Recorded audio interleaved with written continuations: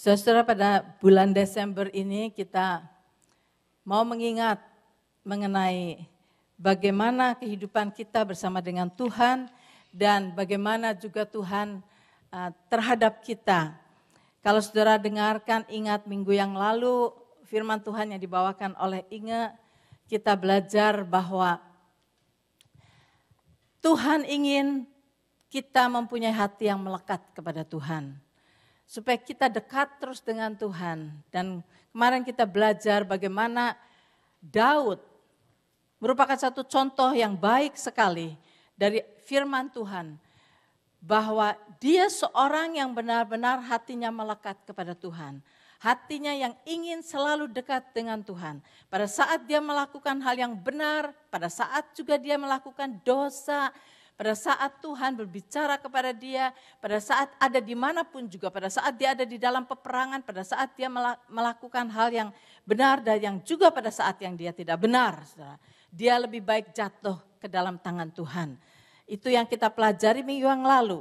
Saya percaya saudara, kita semua anak-anak Tuhan, saya percaya kita semua ingin melekat kepada Tuhan seperti Daud.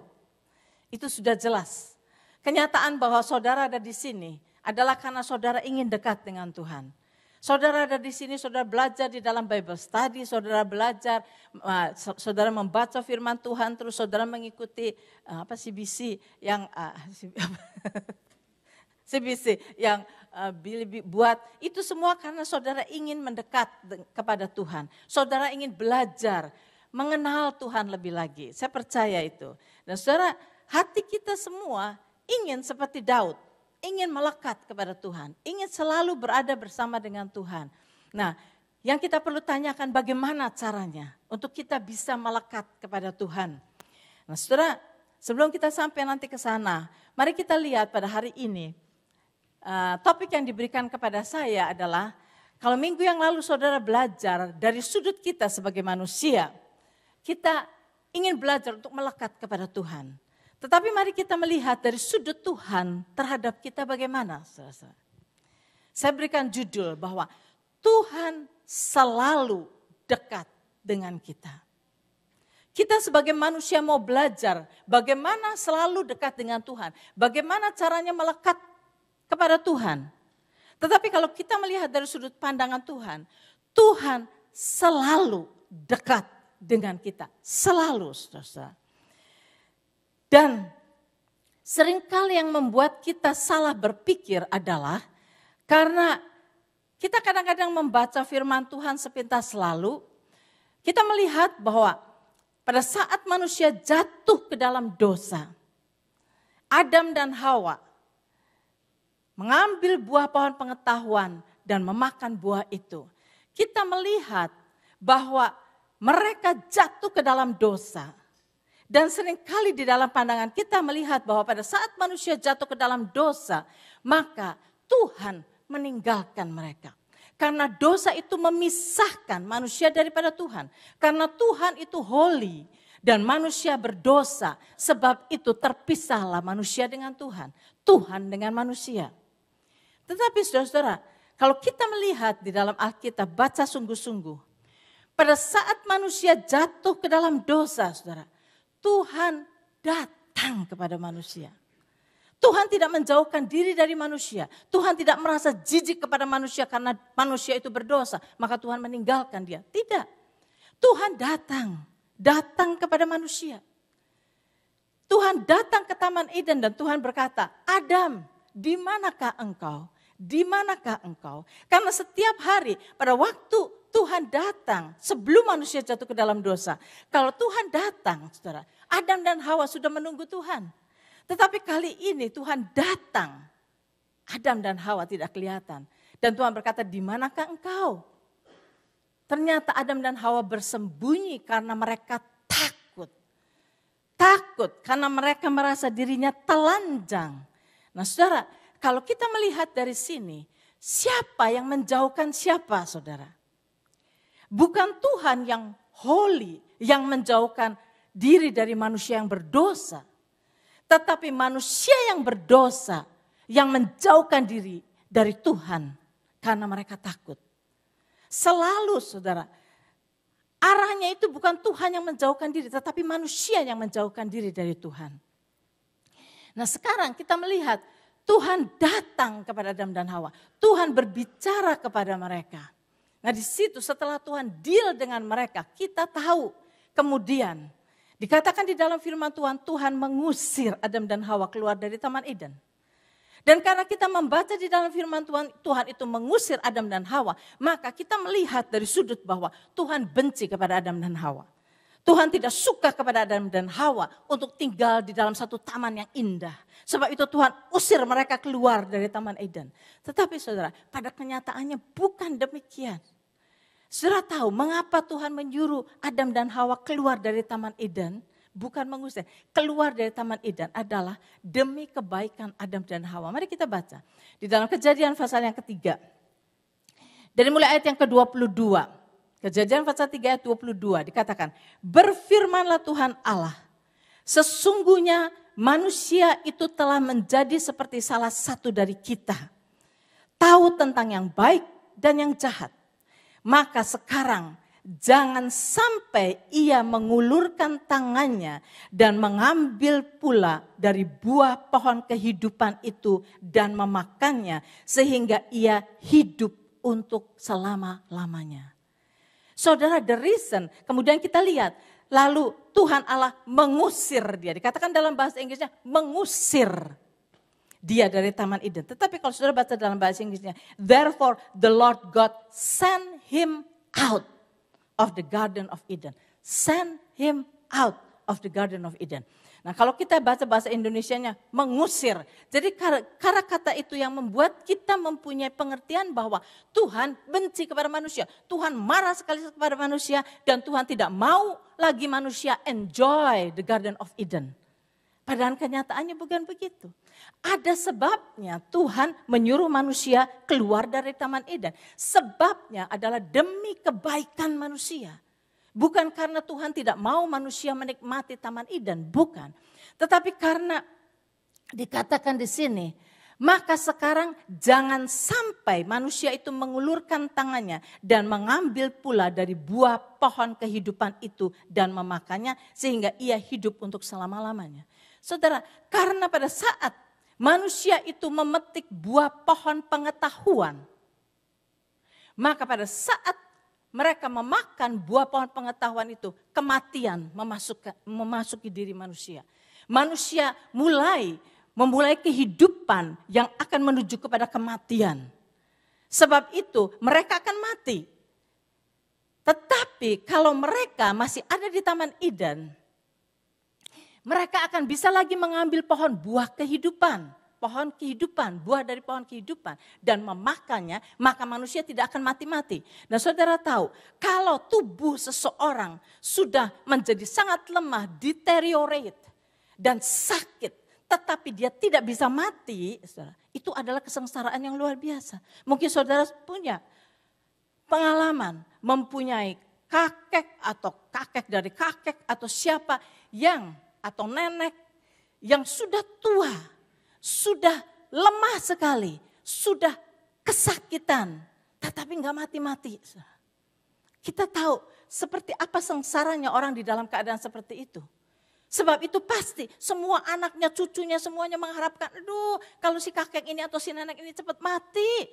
Aduh, bukannya karena jahat, tetapi karena supaya dia tidak menderita. Demikian juga dengan Tuhan. Tuhan melihat bahwa manusia sejak makan buah pengetahuan, tubuhnya menuju kepada kematian. Dan kalau sampai tubuh itu sudah sampai begitu lemahnya, tapi tidak mati-mati karena memakan buah pohon kehidupan, maka itu adalah kesengsaraan buat manusia. Itulah sebabnya Tuhan menyuruh mereka keluar dari Taman Eden, bukan karena Tuhan benci kepada manusia, bukan karena Tuhan marah, tetapi demi kebaikan daripada manusia. Sebab itu kalau kita melihat, saudara, kalau dari Tuhan, saudara, Tuhan sangat mengasihi kita manusia. Tuhan selalu melakukan yang terbaik buat manusia. Tuhan selalu mendekatkan dirinya kepada manusia. Nah sekarang, setelah Adam dan Hawa mempunyai anak, Kain dan Habil, kita tahu semua ceritanya. Bagaimana satu hari Kain dan Habil memberikan persembahan kepada Tuhan. Tuhan menerima persembahan Habil, tetapi tidak menerima persembahan Kain. Nah, disitulah Kain mulai marah. Kain menjadi benci, iri hati. Nah, saudara lihat lagi di sini. Pada saat Kain ada di dalam keadaan yang demikian, sebelum Kain melakukan sesuatu yang jahat kepada adiknya, saudara, Tuhan sudah melihat. Dan apa yang Tuhan lakukan, saudara? Ada dosa di dalam diri Kain, ada kejahatan di dalam diri Kain. Tuhan datang kepada Kain, saudara. Saudara lihat selalu, the consistency daripada Tuhan. Tuhan datang kepada manusia. Tuhan selalu mendekat kepada manusia.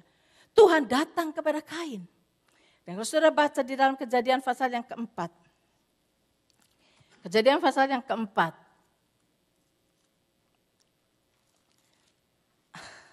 Ayat yang ke-7. Ayat yang ke-6 dulu. Firman Tuhan kepada Kain. Mengapa hatimu panas dan mukamu muram? Apakah mukamu tidak akan berseri jika engkau berbuat baik? Tetapi jika engkau tidak berbuat baik, dosa sudah mengintip di depan pintu. Ia sangat menggoda engkau, tetapi engkau harus berkuasa atasnya. Lihat saudara, Kain sudah penuh dengan kebencian, penuh dengan jealousy. Tuhan melihat, saudara, Tuhan datang kepada Kain dan berbicara, Kain, mengapa? Mengapa engkau demikian? Dan Tuhan berkata, kamu tahu, kalau engkau tidak berbuat baik, dosa sudah mengintip. Dosa sudah mengintip, dosa itu menggoda kamu untuk melakukan yang jahat. Tetapi Tuhan masih memberikan kepada Kain jalan keluar. Tuhan masih memberikan kepada Kain nasihat apa yang harus dilakukan. Dikatakan tetapi engkau harus berkuasa atasnya. Dengan kata lain Tuhan berkata kepada Kain, Kain use your power. Kamu bisa mengusir segala kejahatan itu, pikiran yang jahat itu. Kamu punya kuasa untuk mengusir pikiran yang jahat itu. Pakai kuasamu itu. Tapi saudara kalau saudara baca terusannya, Kain gak pedulikan apa yang Tuhan katakan. Kain terus melakukan apa yang dia mau lakukan dan dia membunuh Habil. Nah, saya lagi mau bawa saudara-saudara untuk melihat Tuhan itu seperti apa terhadap manusia, saudara. Tuhan selalu mendekati manusia. Dan seringkali kita berpikir bahwa Tuhan benci kepada manusia atau Tuhan tidak suka kepada dosa kita dan sebagainya. Ya sudah jelas Tuhan tidak suka kepada dosa. Tetapi karena kita banyak melakukan kesalahan, maka Tuhan itu menjauh dari kita. Itulah sebab yang menjadi suatu penghalang buat kita. Mengapa kita tidak mau mendekat kepada Tuhan? Karena kita pikir Tuhan tidak mau dekat-dekat dengan kita. Tetapi saya berikan contoh di sini, saudara. 2 contoh ini saja. Tuhan selalu mendekat kepada manusia. Saudara baca teruskan. Saudara baca di dalam Alkitab. Pada waktu Abraham dengan Sarah. 2 kali Abraham melakukan hal yang boleh dibilang dosa yang sangat besar. Dia berbohong kepada Firaun dan kepada Abimelek.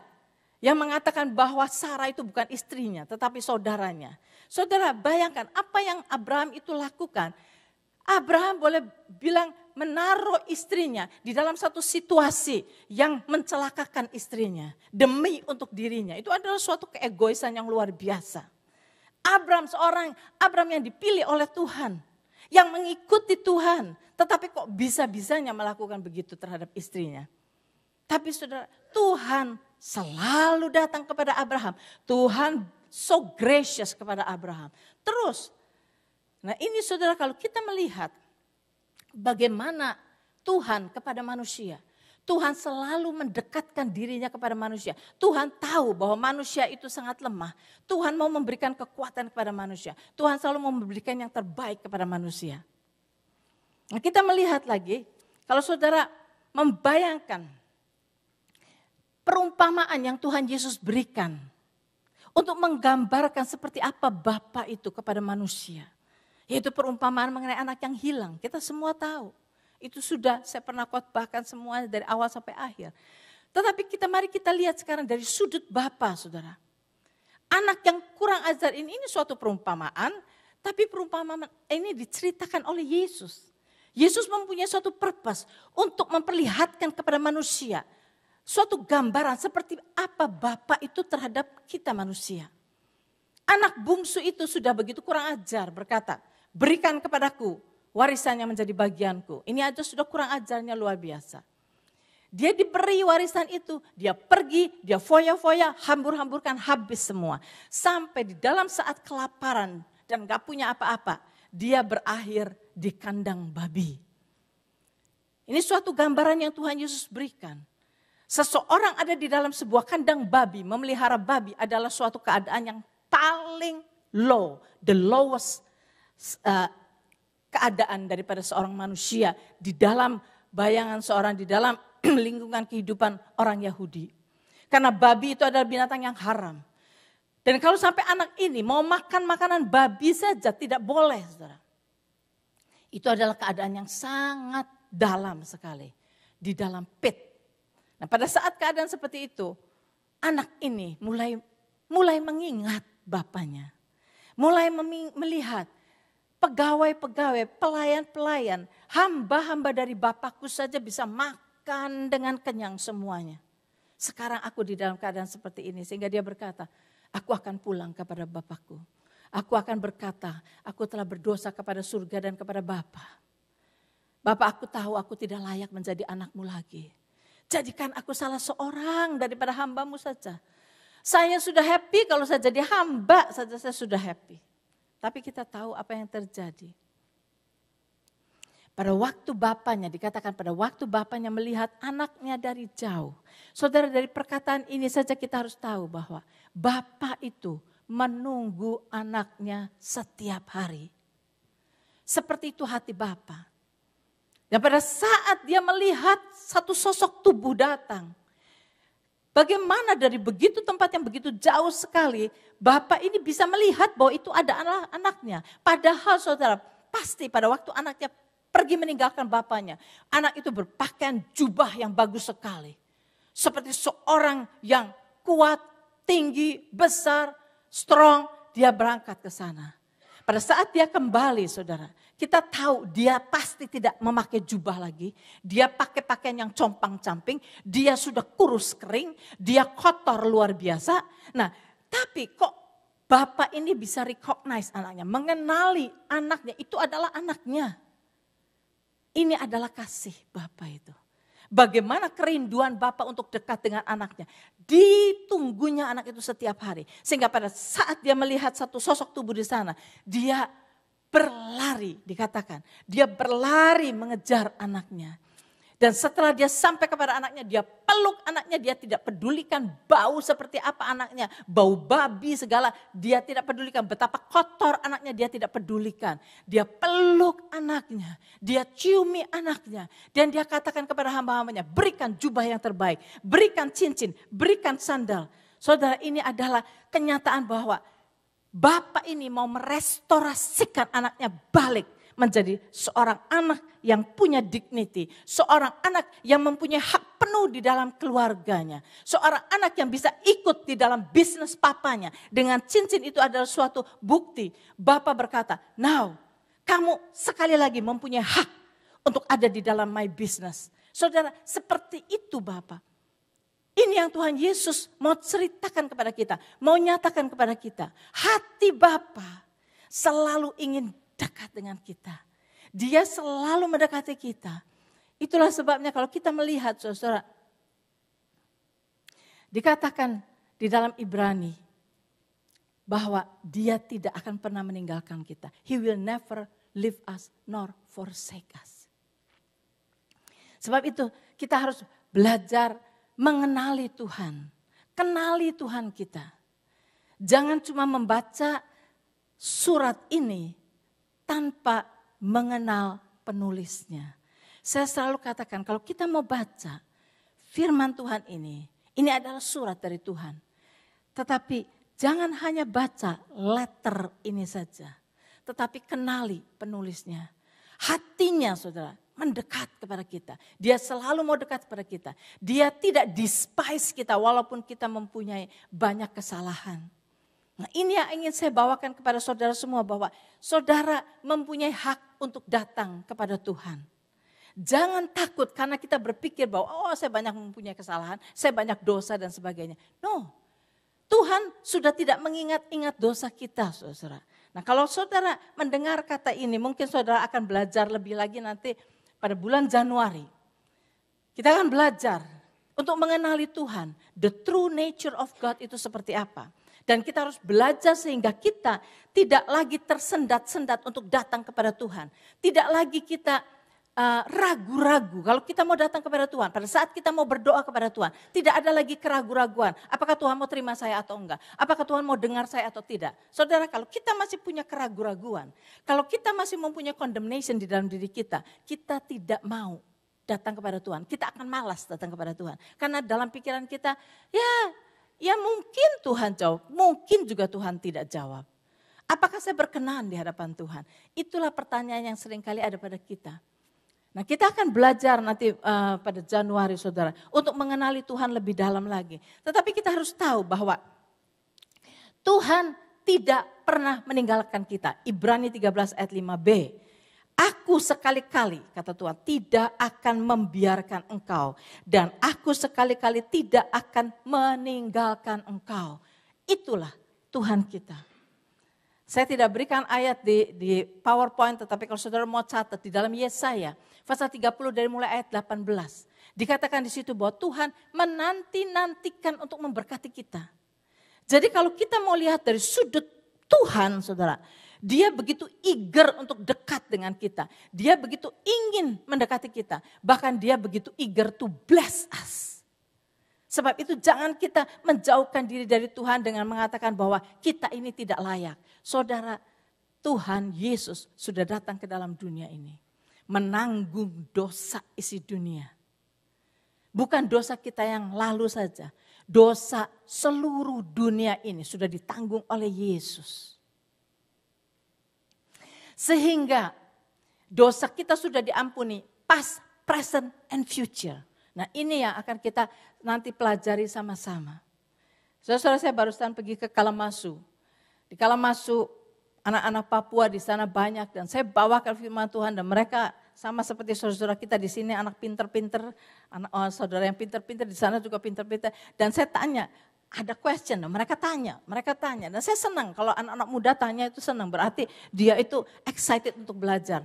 Dan mereka nanya dan saya bilang, kamu tahu enggak? Karena saya lagi share mengenai soal takut. Takut, siapa yang punya rasa takut? Takut itu macam-macam, takut mobil. Dia bilang, iya takut ini, takut. Nah kemudian ada satu berkata, saya takutnya begini, saya tahu saya sudah lahir baru, saya tahu saya sudah diampuni dosa saya. Tetapi bagaimana kalau saya nanti berdosa lagi, kemudian saya mati? Apakah Tuhan mau terima saya? Dia bilang gitu. Jadi saya lagi katakan, tahukah kamu bahwa dosamu sudah diampuni, past, present, and future? Terus saya stop. Ada question? Past, present, and future. Ada question? Mereka bingung. Oke, kamu mau saya terangkan bulan depan Januari saya akan terangkan mengenai itu. Saudara, Tuhan sudah ampuni dosa kita. Mari kita baca di dalam Ibrani pasal yang ke-4. Ibrani pasal yang ke-4, 10. Ibrani 10 dulu. Ibrani pasal yang ke-10 dari ayat yang ke-14 sampai dengan 22. Ibrani pasal 10 ayat 14 sampai dengan 22. Sebab oleh satu korban saja, ia yaitu Yesus telah menyempurnakan untuk selama-lamanya mereka yang Yesus kuduskan. Dan tentang hal itu Roh Kudus juga memberi kesaksian kepada kita. Sebab setelah ia berfirman, inilah perjanjian yang akan kuadakan dengan mereka sesudah waktu itu. Ia berfirman pula, aku akan menaruh hukumku di dalam hati mereka dan menuliskannya dalam akal budi mereka. Dan aku tidak lagi mengingat dosa-dosa dan kesalahan mereka. Jadi apabila untuk semuanya itu ada pengampunan, tidak perlu lagi dipersembahkan korban karena dosa. Jadi saudara-saudara, oleh darah Yesus kita sekarang penuh keberanian dapat masuk ke dalam tempat kudus. Karena Yesus telah membuka jalan yang baru dan yang hidup bagi kita melalui tabir, yaitu dirinya sendiri. Dan kita mempunyai seorang imam besar sebagai kepala rumah Allah. Karena itu marilah kita menghadap Allah dengan hati yang tulus ikhlas. Dan keyakinan iman yang teguh. Oleh karena hati kita telah dibersihkan dari hati nurani yang jahat. Dan tubuh kita telah dibasuh dengan air yang murni. Dikatakan di sini jelas sekali. Dan aku ayat 17, dan aku tidak lagi mengingat dosa-dosa dan kesalahan mereka. Karena semua dosa kita sudah ditanggung oleh Yesus once for all. Dan Yesus sudah menerima hukumannya. Sehingga Tuhan tidak akan menghukum kita lagi, saudara. Kalau kita antara kita dengan Tuhan, kita harus tahu. Tuhan tidak akan menghukum kita lagi. Jadi kalau gitu kita boleh dosa terus. Nah, selalu pertanyaannya begitu. Nah, pertanyaan itu ditanyakan juga di dalam, kalau saudara baca Roma 6, 2 kali Rasul Paulus menuliskan. Pada saat Rasul Paulus berkata bahwa Tuhan sudah tebus dosa kita dan dosa kita sudah diampuni oleh Tuhan. Lalu, ya Rasul Paulus, lalu jadi kita boleh berdosa terus. Nah saudara-saudara, kalau kita mau tahu pertanyaan, jadi apakah kita boleh berdosa terus? Saudara-saudara, ada 2 macam orang yang menanyakan pertanyaan itu. Saya pernah ngomong atau enggak saya lupa. Karena saya kasih Bible study di mana-mana. Kalau saya sudah pernah cerita sama saudara enggak apa-apa. Dengerin 2 kali enggak ada salahnya saudara. Ada 2 macam orang yang akan menanyakan pertanyaannya itu. Pertanyaannya itu akan ditanyakan oleh orang yang mempunyai sikap begini. Pada saat mendengar bahwa dosa kita sudah diampuni past, present, and future. Langsung orang itu bertanya, apa? Jadi maksud kamu kita boleh berdosa terus? Marah saudara. Attitude-nya marah. Tetapi ada orang lain menanyakan question yang sama. Tetapi attitude-nya begini. Jadi kita boleh dosa terus ya? Gitu. Nah saudara, dari 2 macam orang ini saudara harus tahu. Yang pertama, yang marah itu. Jadi maksudnya kita boleh berdosa terus? Saudara, orang itu adalah orang-orang yang sudah lahir baru. Dan yang mau hidup benar. Dia merasa penasaran sekali. Masa sih kita boleh dosa terus? Karena dia sejak terima Yesus, dia mau hidup benar. Dia mau belajar firman Tuhan, mau melakukan firman Tuhan. Nah sekarang ini pengkhotbah ini kok bilang bahwa dosa kita sudah diampuni past, present, and future. Dia marah. Karena hatinya mau benar di hadapan Tuhan. Itu adalah orang yang sudah lahir baru. Tetapi orang yang bertanya yang kedua itu, jadi kalau gitu saya boleh dosa terus? Saudara, kalau saudara bertanya dengan sikap yang demikian, keselamatan saudara perlu dipertanyakan. Apakah saudara benar sudah lahir baru atau belum? Karena seorang yang sudah lahir baru adalah orang yang mengenal Yesus.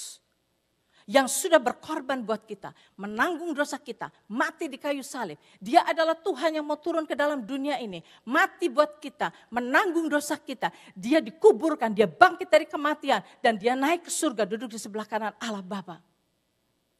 Saudara, orang yang percaya seperti itu adalah orang yang sudah lahir baru. Dan orang yang sudah lahir baru itu diberi oleh Tuhan spirit yang baru. Spirit yang tidak mau berdosa dan tidak bisa berdosa. Itulah sebabnya dia tidak akan kesenangan kalau kita boleh berdosa. No. Jadi saudara, kalau kita sampai merasa senang, kalau gitu kita boleh berdosa terus. Berarti saudara perlu dipertanyakan apakah saudara benar sudah lahir baru atau tidak. Sebab kalau saudara sudah lahir baru, hati nurani saudara akan mempunyai hati nurani yang peka dan tidak mau berdosa. Nah saudara, jadi bukan berarti bahwa kita boleh berdosa terus, bukan saudara. Spirit kita saudara sudah lihat pada saat itu saya berikan ilustrasi mengenai spirit, soul, and body. So, spirit kita baru, tetapi tubuh dan jiwa kita ini masih yang lama. Yang masih berdosa adalah tubuh dan jiwa kita. Tetapi kita harus tahu bahwa spirit kita pada waktu kita born again mempunyai spirit yang baru, yang lahir baru itu saudara. Spirit itu dibungkus oleh Roh Kudus. Efesus 1 ayat 13. Dibungkus oleh Roh Kudus, vacuum pack dan tidak bisa dosa jiwa dan tubuh kita tidak bisa penetrate masuk ke dalam spirit kita. Itulah spirit kita tetap benar di hadapan Tuhan. Kita adalah the righteousness of God. Dan sebab itu yang Tuhan lihat, yang Bapa lihat adalah spirit kita yang sudah di-redeem by the blood of Jesus. Bapa hanya melihat darah Yesus yang membungkus roh kita. Itu yang Tuhan berkata, datanglah kata Tuhan. Datanglah ke tempat kudus Tuhan dengan berani. Dan kita harus mengerti saudara-saudara, bahwa orang yang sudah lahir baru, maka Tuhan memberikan rohnya ke dalam kita. Tuhan tidak meninggalkan kita piatu. Walaupun Yesus naik ke surga, tetapi rohnya turun kepada kita. Dan rohnya ada di dalam diri kita. Dia dekat dengan kita. Ada di dalam diri kita. Dan Roh Kudus itulah yang memberikan kepada kita kuasa untuk bisa melawan segala dosa. Seperti tadi Tuhan berkata kepada Kain juga, kamu punya kuasa. Kita tahu bahwa tidak ada dosa yang terlalu besar, tidak ada temptation dari dosa yang terlalu besar yang kita tidak bisa kalahkan kalau kita menyadari bahwa the Holy Spirit yang membangkitkan Yesus dari kematian ada di dalam diri kita, tinggal di dalam diri kita. Kebanyakan daripada orang Kristen tahu tetapi tidak sadar, tidak sadar. Saudara, ada seorang anak yang datang dan minta konsel. Dia berkata, saya ini selalu jatuh melihat pornografi. Dan dia sampai nangis, dia bilang, saya tahu ini salah, saya sebagai orang Kristen salah. Tetapi saya nggak bisa overcome itu. Balik lagi, lihat pornografi, balik lagi lihat pornografi. Saya tolong, saya bagaimana caranya untuk saya ini. Yang Tuhan berikan kepada saya, jawaban saya bertanya begini. Kamu tahu, firman Tuhan yang berkata bahwa kamu adalah bait Roh Kudus. Roh Kudus tinggal di dalam kamu. Dia bilang, tahu kan? Ya. Jadi sekarang itu kan teori di dalam firman kan. Nah sekarang saya bilang, kamu baca kan ayatnya ada kan? Nah saya bilang, kamu percaya enggak Roh Kudus ada di dalam kamu? Percaya, oke. Sekarang jangan cuma teori, jangan cuma perkataan yang kamu hafal. Bayangkan Roh Kudus ada di dalam kamu. Sebab itu sekarang, kalau kamu tempted untuk melihat pornografi lagi, dan kamu mau lihat, berarti kamu mengajaki Tuhan untuk lihat pornografi bersama dengan kamu. Oke, just pengertian itu saja. Berarti kamu berkata kepada Tuhan, let's see pornografi. Because he is in you. He is in you. Whatever yang kamu lakukan, kamu harus tahu, kamu sedang melakukannya dengan Tuhan di dalam kamu. You know, saudara saya mengajar anak-anak saya, 3 anak saya. Dari kecil, saya bilang, saya ajarkan semua yang saya mengerti, saya ajarkan kepada kamu. Segala nasihat yang saya tahu, segala pengajaran yang baik, saya ajarkan kepada anak saya, seluruhnya. Tetapi kemudian saya katakan pada mereka, dengar, saya sudah ajari kamu segala macam ya, tetapi saya harus kasih tahu kamu, saya nggak bisa bersama dengan kamu 24 jam sehari. Sebab itu saya nggak bisa liatin apa yang kamu lakukan. Tetapi hanya satu yang saya ingin kamu tahu, yaitu bahwa Tuhan ada di dalam kamu. And he is with you, dia dekat dengan engkau senantiasa. Apapun yang kamu lakukan, kamu harus tahu Tuhan ada di situ. Dan saudara, itu yang membuat anak-anak itu tidak mau melakukan yang salah. Karena tahu bahwa Tuhan ada bersama dengan dia. Tuhan berkata, I will never leave you nor forsake you. Namanya akan disebut Immanuel, Allah beserta kita. Dia dekat dengan kita, saudara. Dia dekat dengan kita. Sebab itu, kalau kita menyadari akan hal itu, maka kita akan takut melakukan hal yang tidak benar. Karena kita bersama dengan Tuhan di situ. 3 minggu kemudian, saya bertemu lagi dengan anak ini. Bertanya, gimana sekarang? Oh, saya sekarang sudah bisa overcome. Sekarang saya tahu.